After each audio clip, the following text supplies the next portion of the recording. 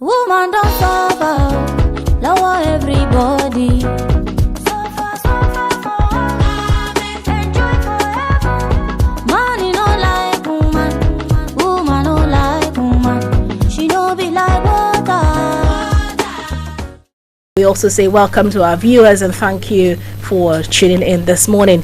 It is the Amazon here on Grace 95.5 FM. Yes, we are on a very special media campaign that's been running for a couple of months. Yes, it's a media campaign on gender-based violence. And we all know that this media campaign is proudly sponsored by Cha-Cha VV, Women and Girl Child Development Foundation.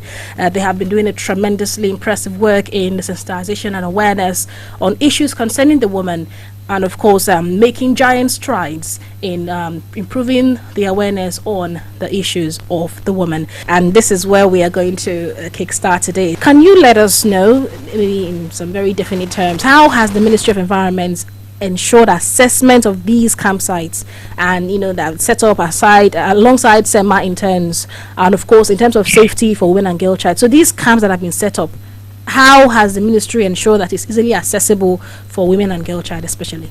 Yes, I think before I go into that, it's better I quickly take you down memory lane. Yeah, please do. As to how this flooding that we're talking about has really affected us in the state. We precisely Lokoja, we came across about flooding since 1936. That was when we first recorded flood in Lokoja.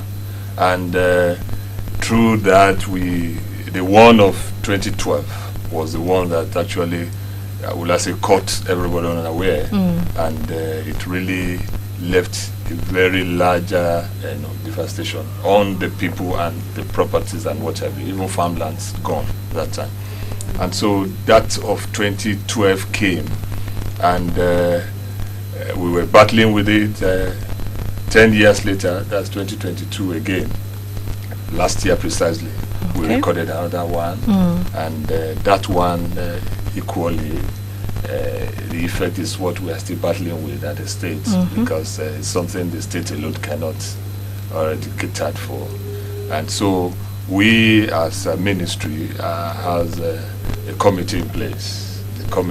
Don't forget the fact that what we are talking about has to do with our environment. The Bible says in the beginning God created the world, the heaven and water, everything. And so he created environment. He created man with environment. And so what happens if such environment is being abused? The disaster that comes with it. And so you see, when you talk about flooding, it has its own peculiarities. One, you have what is called flash flood, and you have what is called urban flooding. These are, so when you talk about flash flood, it comes with rain, and that due to the climate change, everything has changed. Even the pattern of rain changed too. And then you now have the opening of dams. If you have an overflow of dam, definitely you release to allow, and so we have that coming to cause problem for us in the state. Don't forget the fact that we have two largest rivers confluenced in Kogi State, River Niger and Benue. And so by the time you look at that, you now see that there are so many factors that contributes to the flooding in Kogi State. Aside that, we have human factor that has to do with the urban. Human factor in form of, are you dumping where you are not supposed? Indiscriminate dumping of refuse. You talk about how do you maintain your environment? How do you maintain your immediate? You discover that the moment rain is about falling, so many people, the refuse kept by the corner of their rooms or the house, will quickly brought out to be dumped where water is supposed to pass. So these are issues that, but we have 3 stages, because when you talk about gender-based, you see, it has to do with purely the Ministry of Women Affairs. True. Anything that has to do with girl, child, and women and what have you. But then we know that they are vulnerable when it comes to the issue of bringing people together, especially in an emergency situation. Yeah. And that is why we are talking about our coming in now to provide succor in form of camps. You know, it will interest you to know that in Kogi State, after the saga of 2012, we had what is called a flood estate.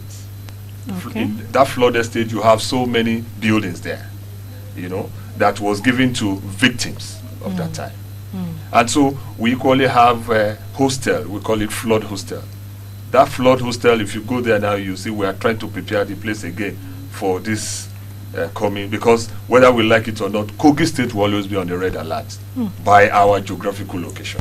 And so we are trying to see that that place is kept for the victims that will be, you know. Then equally we have to provide camps, and in those camps we have a committee in place, a monitoring committee too.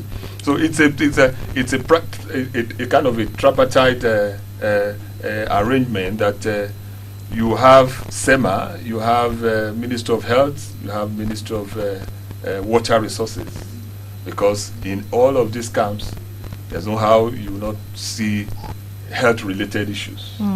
There's no how you will not see water.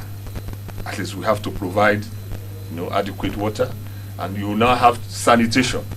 That is where the ministry, because we have a department under the ministry, we have a board rather. A board, sanitation board, and so all hands are always on deck to ensure that at least minimally we try to, you know, mitigate the effect of this problem we're talking about. Before you continue, sir, of course you're right. This is an environmental issue, but because this is a campaign focusing on gender-based violence, and we have to be very sensitive about the women and girl child. Like you said, bringing people together in an emergency situation, you have to take into consideration the fact that there are certain sensitive needs peculiar to a woman and a girl child. We can't just say in the bid to save their lives, yes, emergency, we now expose them furthermore to harm and hurt. So these camps you're talking about, can you tell us, are there ways that, okay, they have taken the safety of women and girls into account, or apart from safety, the sanitation needs, the security needs of women and girls taken into account? We have developed a checklist, a checklist of safety considerations, okay, which includes the location. Okay. Where do we locate this? In Kogi State, we use most of our public institutions, like schools and what have you. And so in Lokoja, there's no, you know, don't forget the fact that we have about 10 local governments that are badly affected. You understand? And so each of these local government has its own camps. We try to locate, you know, very serene and where we think is secured, you know, to locate these camps.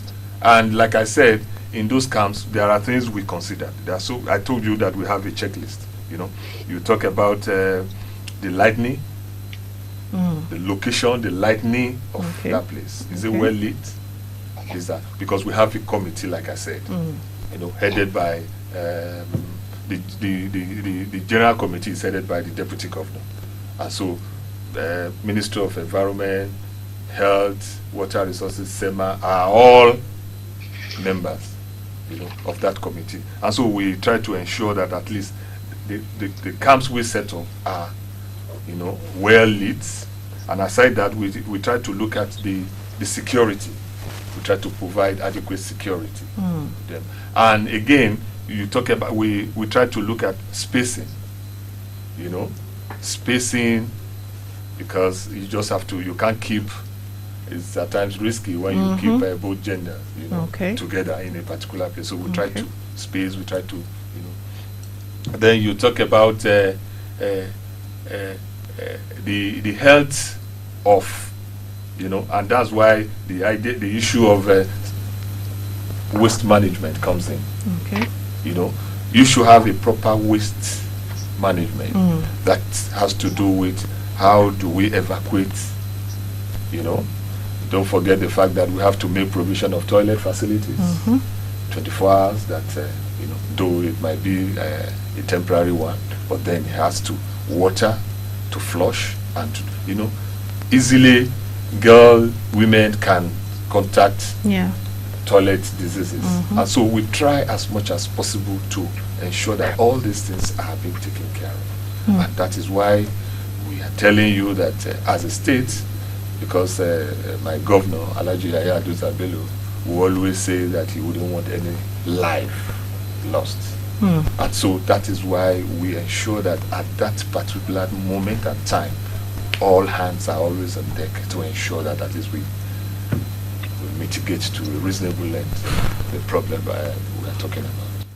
Okay, thank you so much. At least now we are a bit okay, we understand a little bit now, even though not completely, but before we end the program we shall understand better. Let's come to Mr. Dowdow. Are you still with us, Mr. Dowdow? Of course. Okay, thank you for staying with us. Now we have a couple of questions for you, but first of all, the Honourable Commissioner has mentioned NIWA a couple of times here, and the role that you're to play in this emergency situation. So, how effective has NIWA program been in the past, or are you projecting it to be in terms of impact of co-guides as it relates to this emergency we're talking about now? Thank you very much for the question. We can't mention flood in Nigeria without mentioning NIWA. Hence, we are the custodian of the inland waterways. It definitely affects us directly. And in the past, just 2002, during the flooding, we have done a lot in terms of bringing relief to the victims. We made our vessel available at the local dockyard, which moves people from commuters, travelers, because you can't access the road from Lokoja to Koto, if you remember. Okay. You can't access the road. It's blocked completely by flood. So we provided our own boats from Lokoja dockyard here, which many people have benefited from that gesture, conveying people to Koto while they continue their journey as part of relief for stranded travelers. And for the riverine communities, we also provided some relief materials, which was even this last month we submitted to SEMA, State Emergency, Kogi State, Management Authority of Kogi State.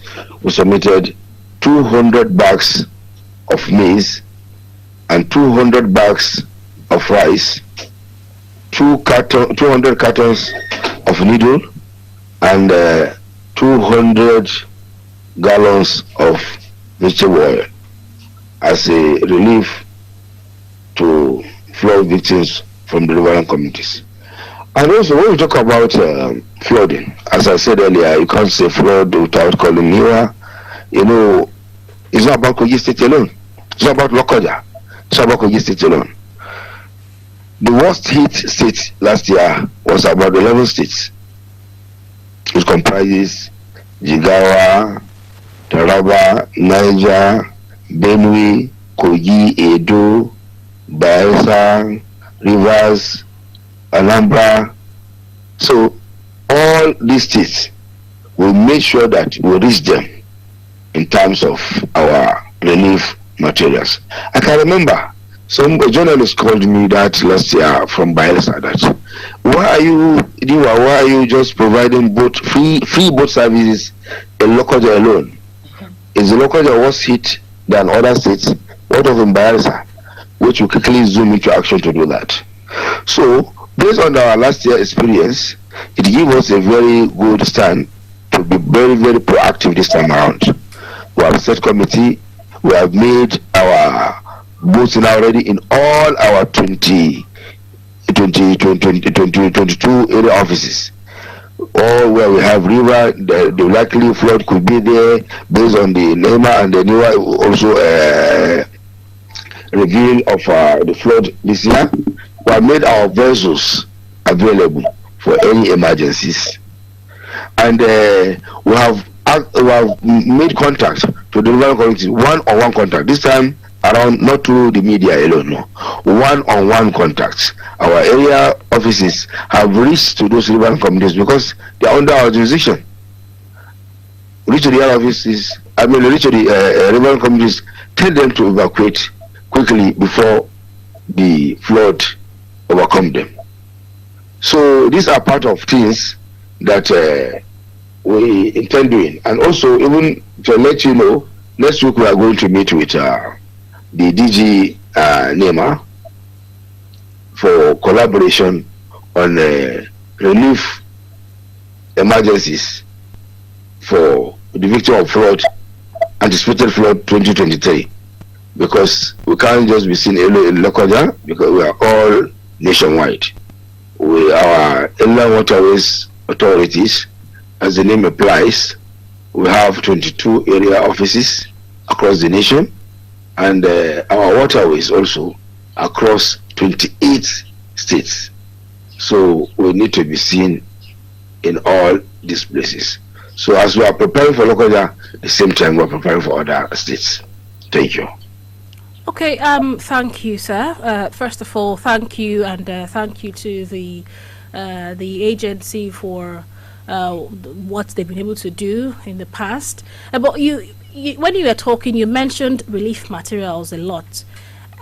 It's good, it's good, but shouldn't we come to a point where it's not only about relief materials now? There should be proactive measures. It shouldn't get to a point where we are reacting to the issue. You see, I told you, the relief materials is one aspect.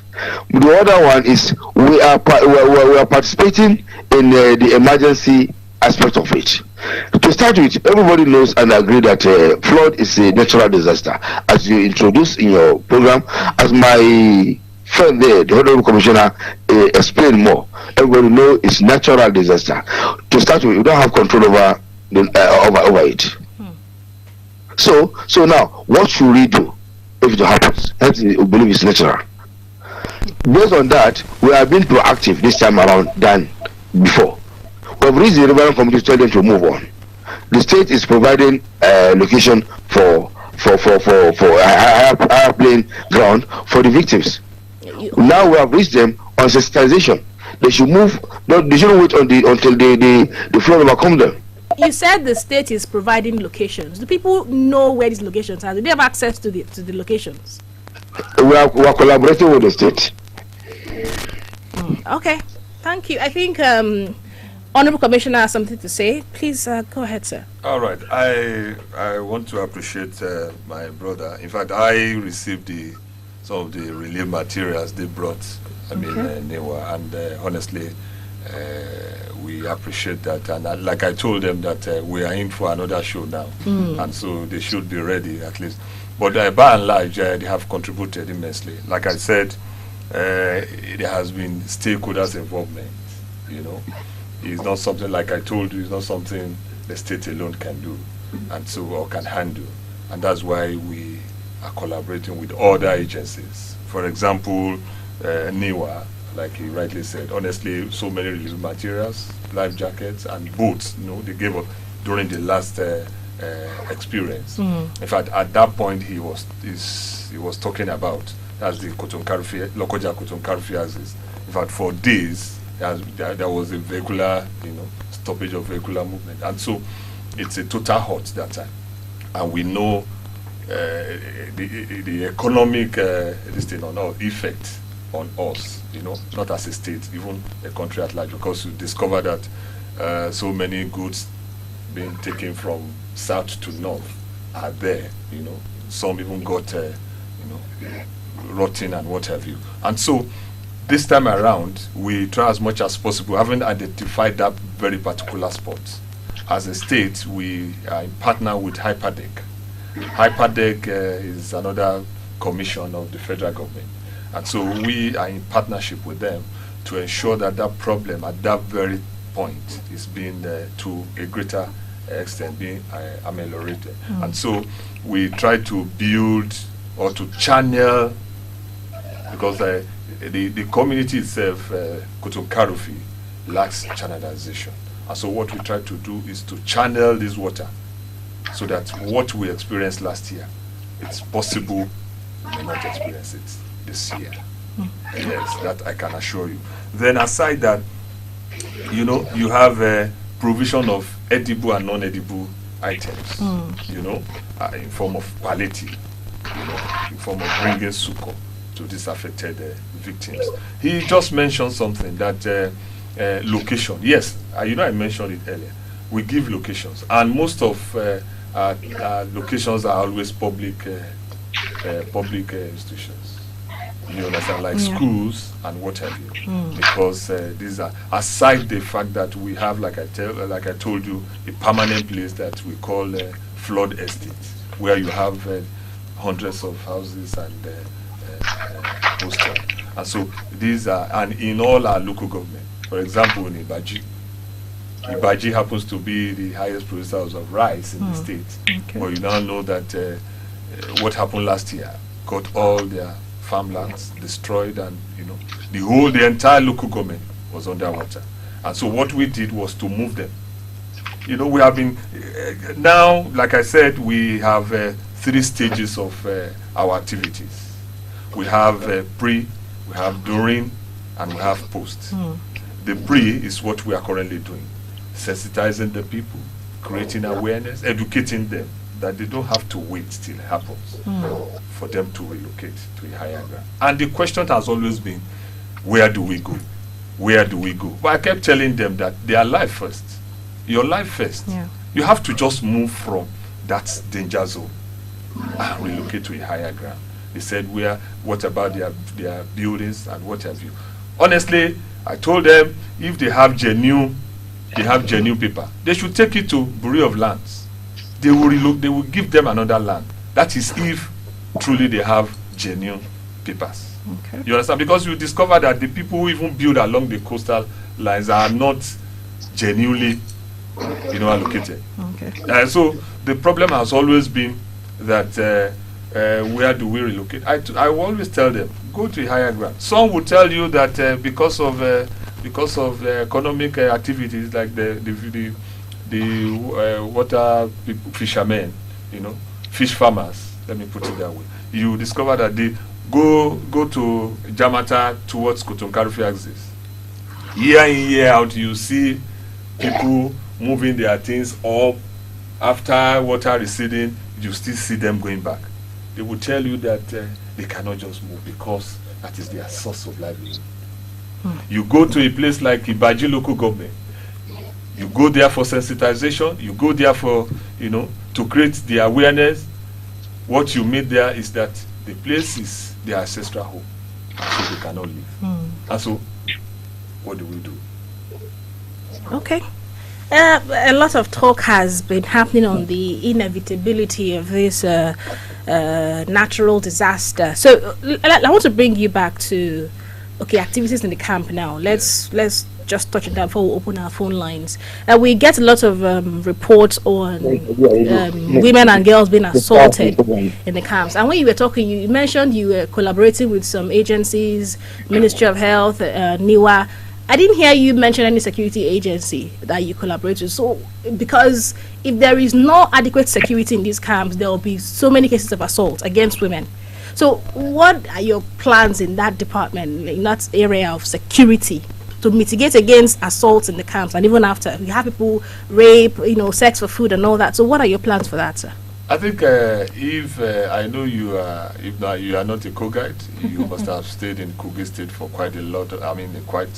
Quite a while, and it will interest you to know that at least Kogi State, if I don't want to sound so much, but I think relatively there's peace in Kogi State. Okay. And when you talk about security, I want to believe that to a reasonable extent, Kogi State is safe and is secured.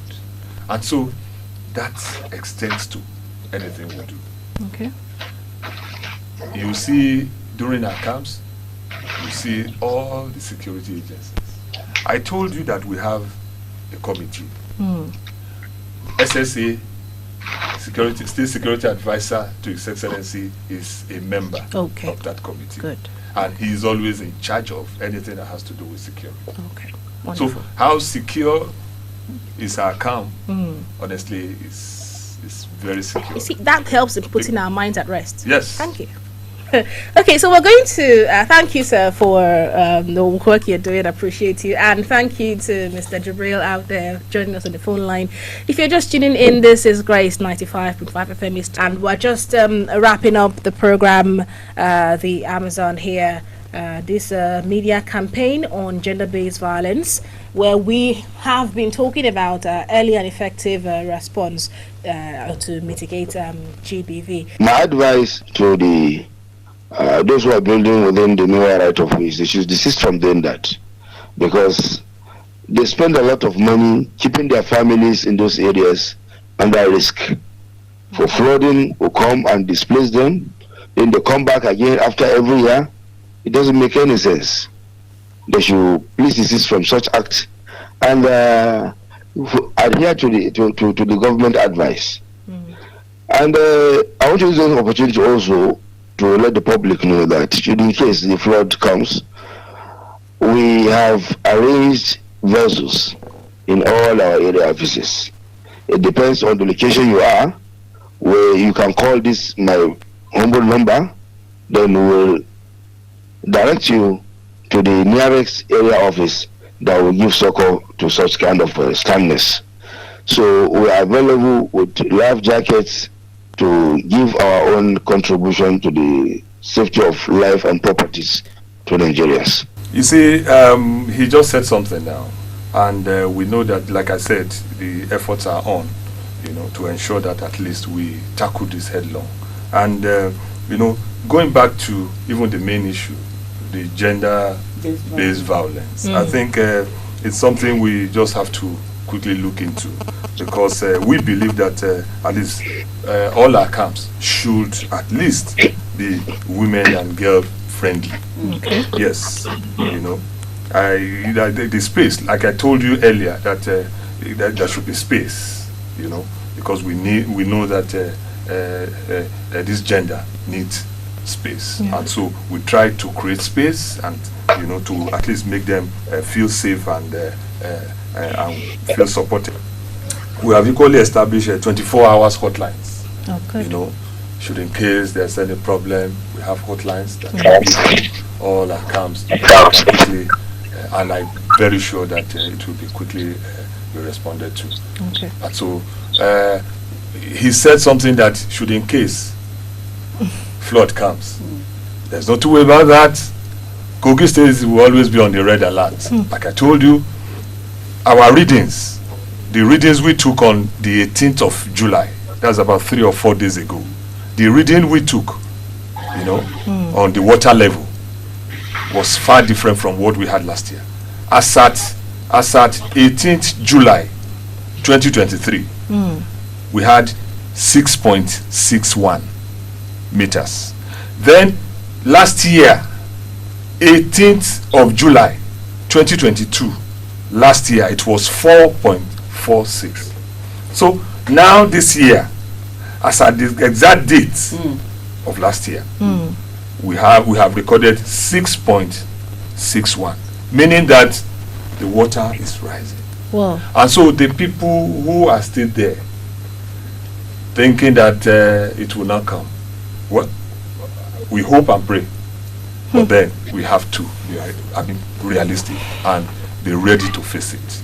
And I want to say just a quick recommendation. As the Honorable Commissioner was talking, he made mention of other vital ministries that need to collaborate and ensure effective synergy to ensure that these things are being mitigated in order to prevent its contribution to gender-based violence. He made mention of the Ministry of Water Resources. He talked about Ministry of Health. He talked about the Ministry of Women Affairs, the Ministry of Justice. All of these ministries need to come together. Mitigating the impact of flood against women and girl child is not just the sole responsibility of the Ministry of Environment alone. All of these agencies and ministry need to come together. And I want to say a big thank you to Niwa once again. Please, there are lots that needs to be done, okay?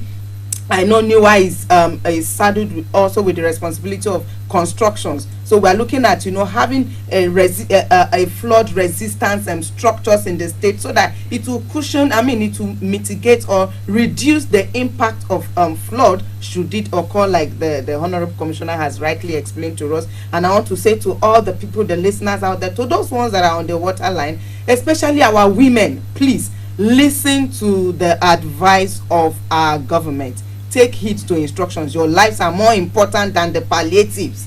Please, your lives are more important than the palliative. Move away from those areas. The commissioner has rightly said that we are 6.1 or 6.2, which is far higher than what it is as at this same time last year. So that means there's a red flag somewhere. So please take caution as we prepare to come back. See you next week. Woman don't suffer, lower everybody.